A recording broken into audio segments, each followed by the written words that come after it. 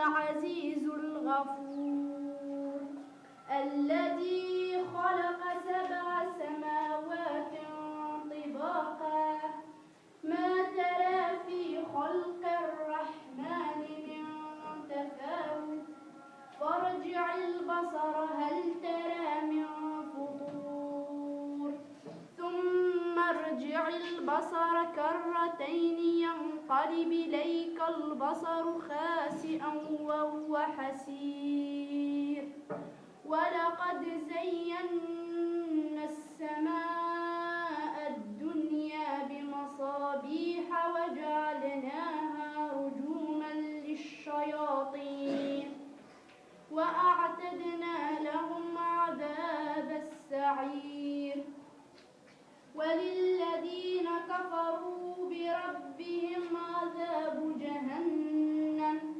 وبئس المصير إذا ألقوا فيها سمعوا لها شهيقا وهي تفور تكاد تميز من الغيظ كلما ألقي فيها فوج سألهم خزنتها ألم يأتكم نذير صدق الله مولانا العظيم. صدق الله العظيم. دائما قراءة بإذن الله تعالى هي قراءة موفقة حاولت بالفعل وأعطت الحروف في غالب الأحيان حقها من التجويد وإخراجها من مخارجها بالفعل.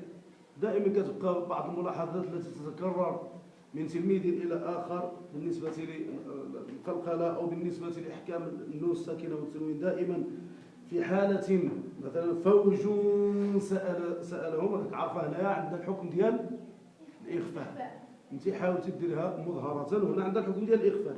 ثم أيضا ليبلوكم، وحنا دائما كنقولوا القلقلة فدائما كنركزوا نضغطوا على المخرج ديال هذه الحروف ديال القلقلة ليبلوكم. وحنا كنعرفوا بأنها تنقسم إلى قسمين كما كتعرفوا قلقلة صغرى وقلقلة كبرى. القلقلة الكبرى اللي كتكون يعني أشد ضغطا لأنها كتكون في الآخر ديال الكلمة، والتوفيق إن شاء الله تعالى.